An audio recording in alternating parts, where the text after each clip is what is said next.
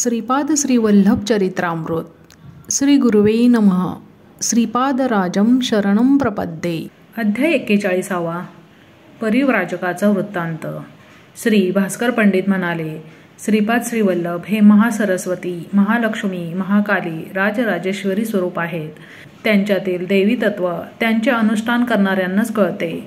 मी भास्कर पंडितांना प्रश्न केला, हे आर्य, परा, पश्चंती, मध्यमा आणि वैखरी अशा 4 वाणी असतात असे मी ऐकले आहे. त्याबद्दल कृपा करून विस्ताराने सांगा. यावर भास्कर पंडित म्हणाले, अंबिका प्रतिवाक्याद्वारा व्यक्त होत असते. ती प्रत्येक मनुष्याद्वारे, प्रत्येक व्यक्तीद्वारे बोलत असते. आपणास कानाद्वारे ऐकू येणारे वाक्य स्थूल असते. एखादे वेळी वाक्य मुखाच्या बाहेर अजिबात ऐकू येत नाही. आतच केवळ ओठांच्या हालचालीवरून आपणास अर्थबोध होतो, तेव्हा तिला मध्यमा वाणी म्हणतात. या मध्यमापेक्षा अजून थोडी सूक्ष्म असणारी वाणी तिला वैखरी असे म्हणतात. कंठाच्या आतील वाणी गळ्यापर्यंत येते, तेथून बाहेर येऊ शकत नाही अशी वाणी जी आतच म्हणजे मनातच घोळते, तिला पश्चंती वाणी असे म्हणतात. या पश्चंतीहून सुद्धा सूक्ष्म असणारी, नाभीत निर्विकल्पणे राहून संकल्प मात्र असणारी वाणी म्हणजे परावाणी होय. अंबिकेची त्रिपुर भैरवी स्वरूपात सुद्धा आराधना करतात. गुणत्रय, जगत्रय, मूर्तित्रय, अवस्थात्रय या सर्वांची आदिशक्ती त्रिपुर भैरवी आहे.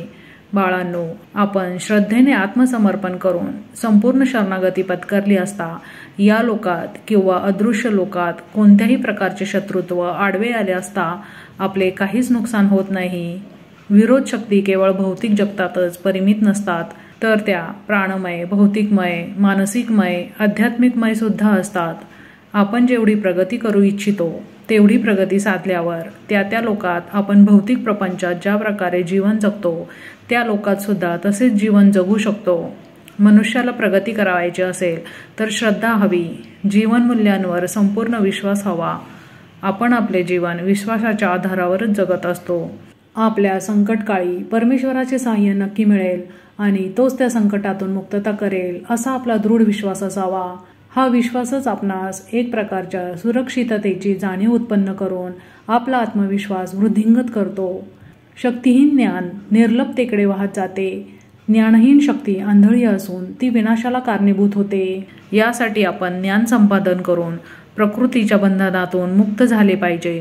शक्ती अनुग्रहानंतर परिपूर्णता साधली पाहिजे. सांख्य मार्गात चैतन्याला पुरुष म्हटले आहे, कर्म करणाऱ्याला प्रकृती म्हटले आहे. खालच्या अवस्थेत या दोघात विरोध असतो. चैतन्य असते ते कर्म करीत नाही आणि प्रकृतीला ज्ञान नसते. प्रकृती आणि पुरुष हे दोघे मिळूनही सृष्टीचे कार्य चालवितात. या दोघांनाही अपंगत्व आहे.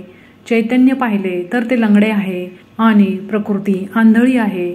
सर्व लोकात आंधळेपण आणि लंगडेपण कसे व्यापून आहे हे समजावून सांगण्यासाठी श्रीपाद प्रभूंच्या कुटुंबात एक भाऊ आंधळा आणि एक भाऊ लंगडा जन्माला आले होते. हे दोघे आंधळे आणि लंगडेपणाचे प्रतीकच होते. उन्नत स्थितीत पोहोचल्यावर पुरुष व प्रकृती हे दोन्ही ईश्वर, ईश्वरी या नावाने ओळखले जातात. तेव्हा या दोघांमध्ये विरोध नसतो. श्रीपाद प्रभू योग्य वेळी, योग्य काळी आपल्या बंधूंचे अपंगत्व दूर करतील यात शंकाच नाही. लोकांमधील अंधत्व आणि पंगुत्व घालविण्याच्या बृहदत्तर कार्याची सूचना स्वरूप म्हणून ते हे कार्य करतील. अतीत अशा स्थायी रूपात असलेल्या पुरुष प्रकृतींना ब्रह्ममाया असे संबोधले जाते. श्रीपाद प्रभूंनी वयाच्या 16व्या वर्षी वैराग्य धारण करून घराचा त्याग केला आणि धर्मप्रचारासाठी घराबाहेर पडले. ते स्वतः ब्रह्म आणि तेच माया असल्याचे सामान्य जनास समजावून सांगण्याचा उद्देश त्यांच्या ग्रहत्यागामागे होता. अपरिमित आणि अनंत गुण असलेल्या ब्रह्मस्वरूपास परिमितता असणारी शक्ती म्हणजे माया. श्रीपाद प्रभूंचा पिठिकापुरम येथे जन्म घेण्याचा उद्देश ते अपरिमित ब्रह्मस्वरूपाचे असल्याने मायेसमोर न झुकता परिमित व्यवहार केल्याचे सूचित करणे हा होता. वयाच्या अवघ्या 16व्या वर्षी ते मायेच्या बंधनात न पडता केवळ भक्तांचा उद्धार करायचा हा संकल्प करून घरातून बाहेर पडले. संपूर्ण विश्वात श्रीपाद प्रभूंचा महिमा विस्तार पावल्यानंतर येणाऱ्या शताब्दीमध्ये त्यांच्या संकल्पाप्रमाणे पिठिकापुरमच्या रहिवाशांचा सुद्धा ज्ञानोदय होणार आहे.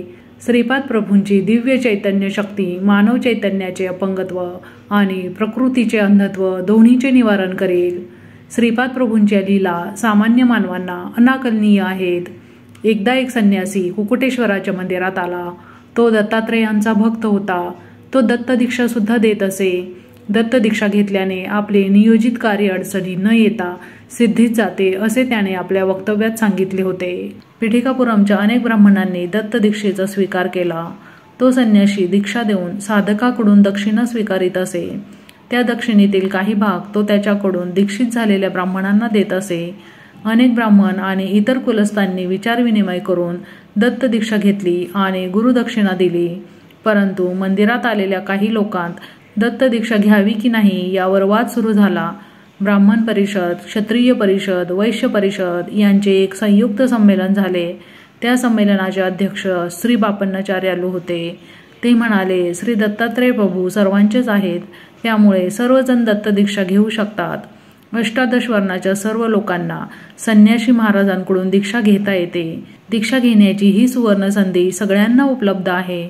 यावेळी ब्राह्मण परिषदेतील काही लोकांचे असे मत होते की ब्राह्मण, क्षत्रिय आणि वैश्य लोक आचारसंपन्न असल्याने ते दीक्षेस पात्र असतात, परंतु शूद्रवर्णाचे लोक अनाचारी असल्याने ते दीक्षा घेण्याचे अधिकारी नाहीत. त्यांच्याकडून दक्षिणा घेऊन आपण आपल्या तपशक्तीने त्यांना शुद्ध करू शकतो. यावर बापन्नाचार्यालू म्हणाले, सर्व कुलामध्ये आचारवंत आणि अनाचारवंत दोन्ही लोक असतात. कोण आचारवंत आणि कोण अनाचारवंत हे सांगणे कठीण असते.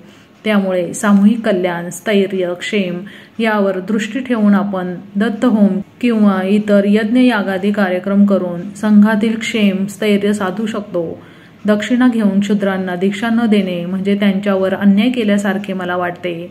दक्षिणा घेऊन आपण आपल्या तपशक्तीने शूद्र लोकांना शुद्ध करून घेतल्यावर ब्राह्मण, क्षत्रिय आणि वैश्य लोकांचा सुद्धा उद्धार करू शकतो.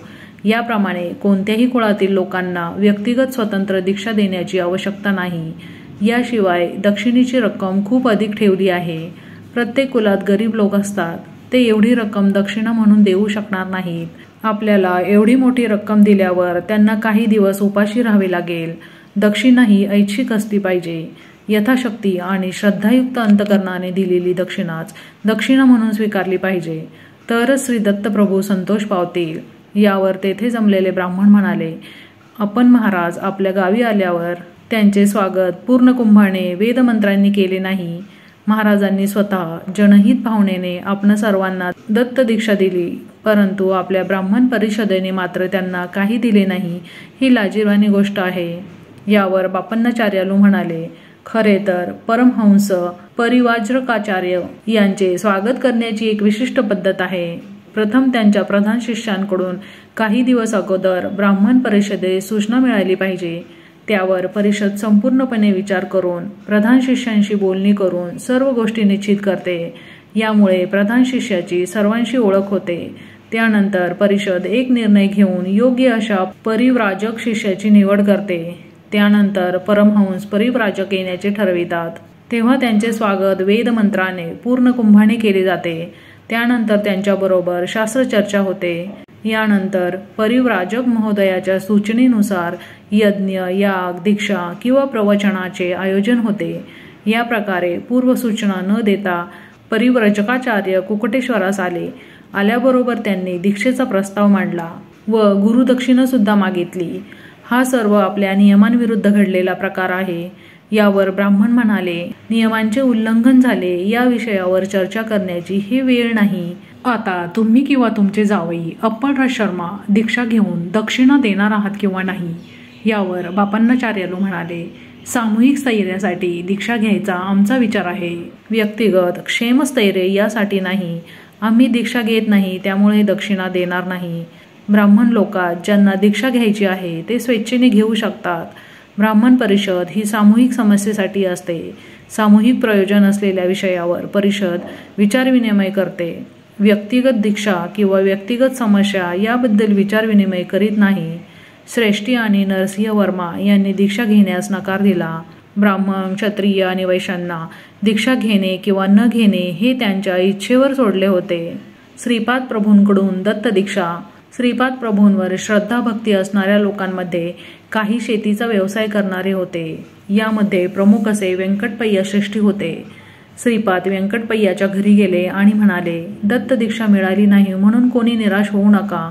मी दत्तदीक्षा देतो. एवढेच नव्हे तर यथाशक्ती दक्षिणासुद्धा मीच देईन. मंडळ दीक्षेची गरज नाही. एक रात्री दीक्षा घेतली तरी पुरे.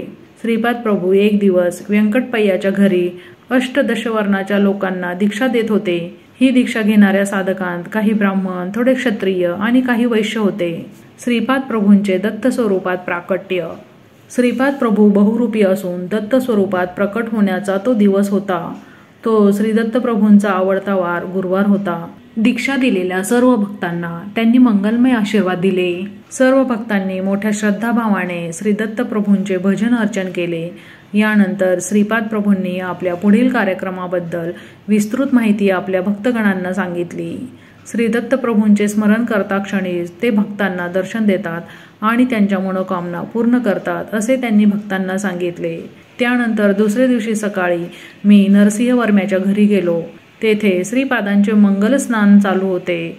स्नानानंतर नरसिंहवर्मांनी श्रीपादांना खाण्यासाठी अनेक फळे आणून दिली, परंतु त्यांनी केवळ एकच केळी घेतली. ते सुद्धा वर्म्याच्या घरी असलेल्या गोमातेस दिली. यानंतर ते व्यंकटपय्या श्रेष्ठींच्या घरी आले. येथे सुद्धा त्यांना मंगल स्नान घालण्यात आले. तेथे श्रीपादांनी लोणी, दूध, ताक आणि साईचा स्वीकार केला. तेथे ते म्हणाले, माझे भक्त मला बोलावित आहेत. पिठिकापुरम सोडून जाण्याची वेळ आता आली आहे.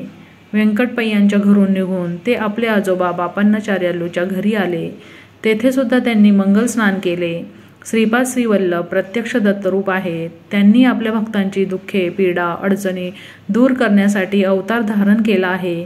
त्यांनी आपल्या वक्तव्यात अनेक वेळा असे स्पष्टपणे उच्चारण केले होते. आपल्या दिव्य लीलांद्वारे जनता जनार्दनांच्या उद्धारासाठी निश्चित केलेल्या कार्यक्रमाची माहिती श्रीपाद प्रभूंनी आपल्या भक्तांना सांगितली. यानंतर ते स्वगृही आले. श्रीपाद प्रभूंचा पिठिकापुरम सोडून जाण्याचा मनोदय त्यांच्या आई वडिलांना कळला होता. त्यांनी श्रीपादांना समजावून सांगण्याचा पुष्कळ प्रयत्न केला, परंतु श्रीपाद प्रभू आपल्या निर्णयावर अटळ होते. यानंतर श्रीपाद प्रभूंच्या मातापित्यांनी त्यांच्या विवाहाविषयी बोलण्यास प्रारंभ केला. त्यावेळी श्रीपाद म्हणाले, मी आत्तापर्यंत अनेक वेळा श्रेष्ठी आजोबांना, वर्मा आजोबांना अनघालक्ष्मी समवेत दर्शन दिले आहे. त्या दिव्य दंपतींनी श्रेष्ठी आजोबांच्या अमराईत विहार केलेला सर्वांनी पाहिला आहे. हे पहा, माझे अनघालक्ष्मी समवेत दिव्य मंगलमय स्वरूप असे म्हणून श्रीपादांनी त्या दिव्य स्वरूपाच्या दर्शनाचा लाभ मातापित्यांना घडवून आणला. ते मंगलमय रूप पाहून मातापिता अगदी भारावून गेले. त्यांच्या मुखातून शब्दच निघेना. श्रीपाद प्रभू पुढे म्हणाले, मी अवधूत स्वरूपात आलो असताना सांगितले होते की माझा विवाह प्रस्ताव मांडताच मी घर सोडून निघून जाईल. एवढे बोलल्यानंतर श्रीपाद प्रभूंनी त्यांच्या दोन मोठ्या भावांना स्पर्श केला आणि आपल्या अमृतमय दृष्टीने त्यांच्याकडे पाहिले. तत्काळ अंध असलेल्या बंधूस दृष्टी प्राप्त झाली आणि पायाने अधू असलेला बंधू अव्यंग होऊन चांगला चालू लागला. त्या दिव्य स्पर्शाने त्या दोघा बंधूंना ज्ञानप्राप्ती सुद्धा होऊन ते ज्ञानतेजाने तळपू लागले. हे सर्व दृश्य पाहून श्रीपादांच्या मात्यापित्यांना आश्चर्ययुक्त आनंदाचा धक्का बसून त्यांच्या मुखातून शब्दच फुटेनात. तेवढ्यात तेथे आजी राजमांबा आणि आजोबा बापन्नाचार्यालू तसेच व्यंकटपय्या श्रेष्ठी आणि त्यांची धर्मपत्नी व्यंकट सुभमांबा, नरसिंहवर्मा व त्यांची धर्मपत्नी अम्माजम्मा आले. श्रीपाद प्रभू सर्वांबरोबर आनंदात थट्टा मस्करी करीत बोलत होते. सुमती महाराणी तेव्हा म्हणाल्या, बाळा श्रीपादा, तू सर्व जबाबदाऱ्या पूर्ण करून जाईन असे म्हणाला होतास. तू अजून व्यंकटपय्या श्रेष्ठींच्या घरची दूध बाकी, वत्सवांची दूध बाकी, मल्हादींची दूध बाकी पूर्ण केली नाहीस. यावर श्रीपाद म्हणाले, आई, तू म्हणतेस ते बरोबर आहे. या 3 वंशातील लोकांना मी कधी विसरणार नाही. मी जरी विसरलो तर तू आठवण करून दे. त्यांच्याकडून योग्य ती सेवा करवून घे. मी त्यांना वर प्रदान करीन. तुझ्या माहेरच्या कोणत्याही एका घरी मी जेवणासाठी येत जाईन, परंतु दक्षिणा मात्र स्वीकारणार नाही. तुझ्या माहेरची माणसे माझ्याशी वात्सल्यपूर्ण भावाने वागतात आणि मला जावई असे संबोधतात. मी हा मानवी संबंध स्वीकारून त्यांच्याबरोबर जावयास शोभेल असे प्रवर्तन करीन. एवढे बोलून श्रीपाद प्रभू आपल्या पित्याकडे वळले आणि त्यांना उद्देशून म्हणाले, तात, आपल्या दंडीकोट वंशात अनेक वर्षापासून वेद परंपरा चालू आहे. आता माझे दोन्ही ज्येष्ठ बंधू वेदशास्त्र संपन्न होऊन मोठे पंडित झाले आहेत. ते आपली वेद परंपरा चालवतील. दंडीकोट वंशातील लोकांना मी कधीच विसरणार नाही. श्रीपाद प्रभू काही क्षण डोळे मिटून बसले व नंतर म्हणाले, आपले श्रीधर शर्मा पुढील एका जन्मी समर्थ रामदास या नावाने एक महापुरुष होऊन महाराष्ट्र देशात जन्माला येतील. नरसिंह वर्मा छत्रपती शिवाजी या नावाने जन्म घेऊन महाराष्ट्रात राज्य स्थापित करून श्री समर्थ रामदासांचे शिष्यत्व पत्करतील. याप्रमाणे आपले पूर्वसंबंध बंधुरूपात स्पष्टपणे कायम राहतील. समर्थ रामदास स्वामींच्या नंतर श्रीधर शर्मा शिवग्राम क्षेत्रात गजानन नावाचा महायोगी होईल. त्यांच्यामुळे शिवग्राम क्षेत्र महिमा अपरंपार वाढेल. रामराज शर्मा श्रीधर नावाने जन्म घेऊन महायोगी होतील. श्रीधराची शिवपरंपरा असलेल्या ह्या पिटेकापुरातील माझ्या अंगणात महासंस्थान निर्माण होणार आहे. व्यंकटपय्या श्रेष्ठीबरोबर असलेले आपले ऋणानुबंध स्थिर स्वरूपाचे होतील. एवढेच नव्हे तर त्यानंतर वत्सवाई कुटुंबातील लोकसुद्धा येतील. येथे सावित्रपन्नाचे पारायण होईल. असे बोलून श्रीपाद प्रभू थांबले. त्यांना वेदाचे पठण अत्यंत प्रिय होते. कित्येक वेळा श्रीपाद प्रभू वेदांचे पठण चाललेले पाहून अंतर्लीन होत. त्यावेळी वेदपठण करणारे विप्रगण अत्यंत श्रद्धाभावाने श्रींच्या दिव्य मुखाकडे एकटक पाहत वेदपठण चालू ठेवीत. श्रीपाद श्री वल्लभांचा जय जयकार असो.